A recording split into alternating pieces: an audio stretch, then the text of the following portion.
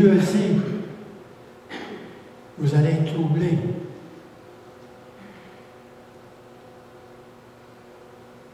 Et le monde ne donne pas la paix comme je la donne. On va être troublés. Mais on a une paix avec Dieu. Parce que Dieu est en nous. La paix avec Dieu, par son sacrifice, quand il a expié nos péchés, par son sang, visé pour nous, pécheurs. Il faut voir le début. Parce que les 70 ans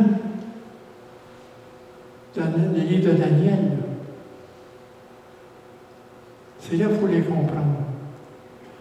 C'est que les 70 ans, il y a 69 ans qui est accompli, 69 semaines de Satan. C'est que c'est à partir du décret de Cyrus pour établir le temple, aller jusqu'à Jésus. Et là, la dernière semaine des 7 ans, qui est la tribulation, avant qu'arrive, c'est là qu'il y a la parenthèse, l'attente. Il y a une attente, c'est que le jugement de Dieu est retardé jusqu'à l'élèvement de l'Église.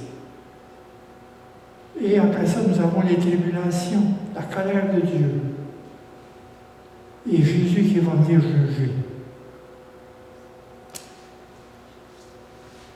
C'est là les 7 ans, les derniers 7 ans, les dernières semaines. Là, c'est comme on est dans une parenthèse, dans une pause. C'est que le jugement de Dieu est retenu.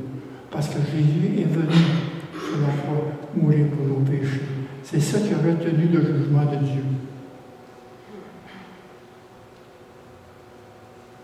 Mais le jugement arrive. C'est que dans l'Esprit Saint, on a la conviction du péché, la conviction de la justice et la conviction du jugement, les trois choses. Jésus a dit à ses apôtres, prêchez la repentance et la rémission des péchés. C'est ça qui est la bonne nouvelle. C'est pour ça que Jésus est venu dans une crèche. Il n'est pas venu dans un hôtel. Il est dans une crèche où c'est que les bergers logeaient leur troupeau. Dans une petite crèche, dans une grotte. Il y a humblement. Il n'est pas venu comme un roi de suite. C'est pas comme dans l'Apocalypse, au chapitre 19, quand il va venir avec un cheval blanc. Là, il s'en vient pour juger. Là, il s'en vient comme un roi des rois, comme avec un juif, comme le Seigneur des seigneurs. Mais là, il est venu avec un petit enfant. Il n'est pas venu comme un roi. C'est ça que le peuple juif faut comprendre à travers les évangiles. Ils ont été complètement confus de voir Jésus qui il n'était pas là pour les libérer des Romains. La semaine avant qu'il soit crucifié, dans la même semaine, le dimanche des Rameaux, ils ont reçu Jésus comme il voulait l'établir comme un roi. Il a mis ses dos d'âme. Ils l'ont accueilli. Mais ce n'est pas ça que Jésus est venu. Il est venu apporter le salut à nous, les païens, aux nations, jusqu'à temps que toute la totalité des païens soient revenus. Israël va revenir. Israël va prêcher Jésus après. L'Église va être enlevée. C'est ça qui est l'image. C'est ça qui est la cédule. C'est ça qui est l'avènement. On est dans un temps de préparation. Dans la parole et dans la prière. On continue le mystère de Jésus sur la terre. Le mystère est dans son corps. Qui nous sommes les membres de son corps? Nous portons son ministère. Nous avons la plénitude de Dieu en nous. Cette plénitude qui est en Christ. Et nous sommes là pour chasser les démons. Nous avons termité ces démons. Et c'est par la prière et par la parole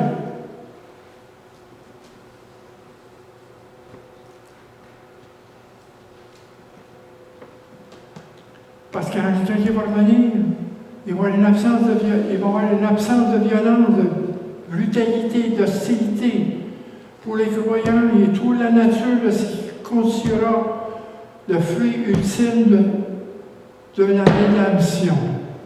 Le fruit ultime.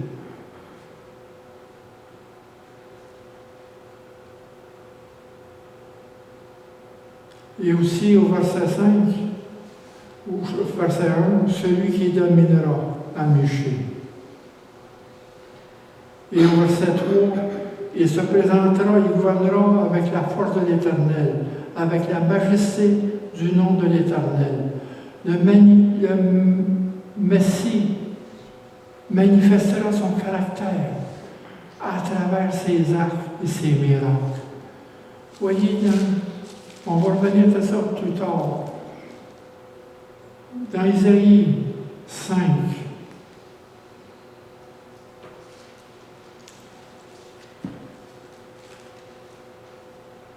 car un enfant nous est né, un fils nous est donné, la domination reposera sur ses épaules. On l'appellera admirable, conseiller, Dieu puissant, Père éternel, Prince de la paix. Dans Colossiens, chapitre 1, verset 15, il est l'image du Dieu invisible. Et au verset 19, dans Colossiens 1, car Dieu a voulu que toute la plénitude habite en lui. Oui, la parole est avec Dieu dès le commencement. Et tout a été créé par lui et en lui. Et toutes choses se subsistent en lui. Il est avant toutes choses.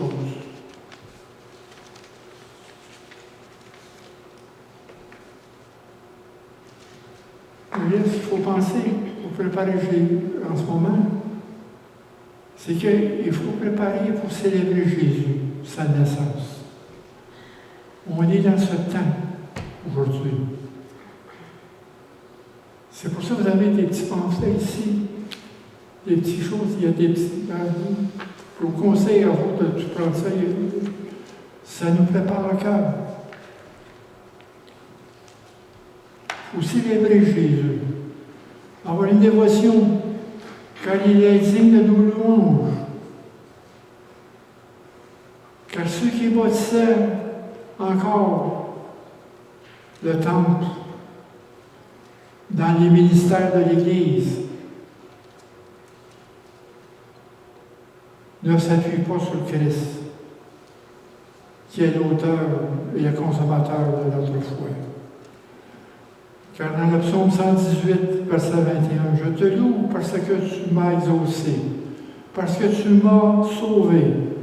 La pierre qu'ont rejetée ceux qui bâtissaient est devenue la principale de l'angle. C'est l'Éternel que cela est venu. C'est un prodige à nos yeux. Psaume 118, verset 21.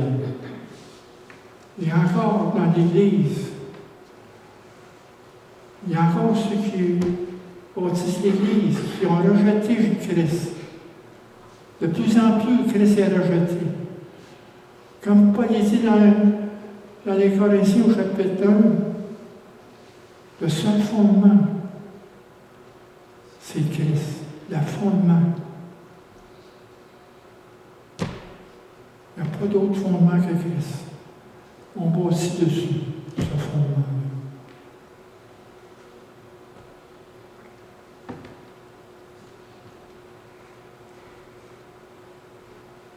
Puis il dit, je répète dans l'Apocalypse, verset 22, verset 16, il dit, moi Jésus, j'ai envoyé mon ange pour attester ces choses dans les églises. Je suis le rejeton. Et la postérité de David, l'étoile brillante du matin, the morning star. Il faut savoir épeler le nom de Jésus. Épeler le nom de Jésus. Ça vous paraît drôle, mais il faut l'épeler. Comme dans Isaïe verset 5.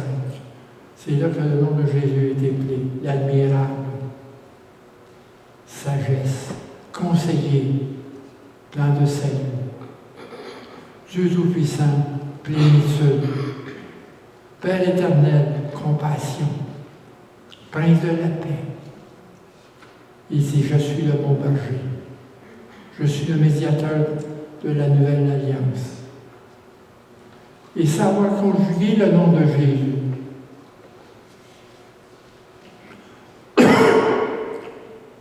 Il était au commencement avec Dieu.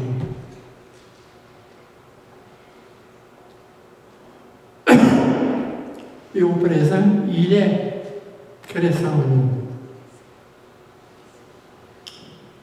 Et il sera le libérateur. Car Jésus dit, je suis l'alpha et l'oméga, le premier et le dernier, le commencement et la fin. Jésus, il est notre libérateur. C'est lui qui va nous délivrer de ce monde. Il faut délivrer d'Israël. Il faut célébrer Jésus. Pourquoi? Célébrer Jésus, c'est de connaître Jésus. Comment on peut se connaître Jésus? C'est connaître des choses qu'on ne connaît pas de lui. Encore, connaître Jésus. Connaître des choses qu'on ne connaît pas de lui encore. C'est là qu'il nous approche de plus en plus de lui, dans une intimité. Jésus, pas d'autre chose que Jésus.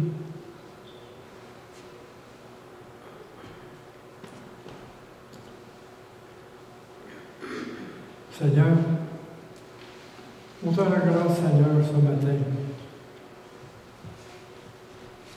pour ta parole. On te demande, Seigneur, de préparer chacun de nos cœurs pour fêter, pour célébrer la naissance de celui qui t'a envoyé vers nous, vers Jésus. Prépare nos cœurs, Seigneur, pour partager l'œuvre que tu as faite à partir de cette naissance, que Jésus est venu pour nous sauver, pour nous apporter la paix à chacun d'entre nous, Seigneur, à celui qui croira en lui, à celui qui voulait le recevoir. Car tu nous as donné, Seigneur, ce privilège d'être ton enfant, parmi nous, d'être l'enfant de Dieu, né de Dieu, que nous aussi nous sommes nés de toi, Saint-Père. Merci pour ta grâce infinie, Seigneur, et bénis chacun de nous, Seigneur. Au nom de Dieu Jésus-Christ.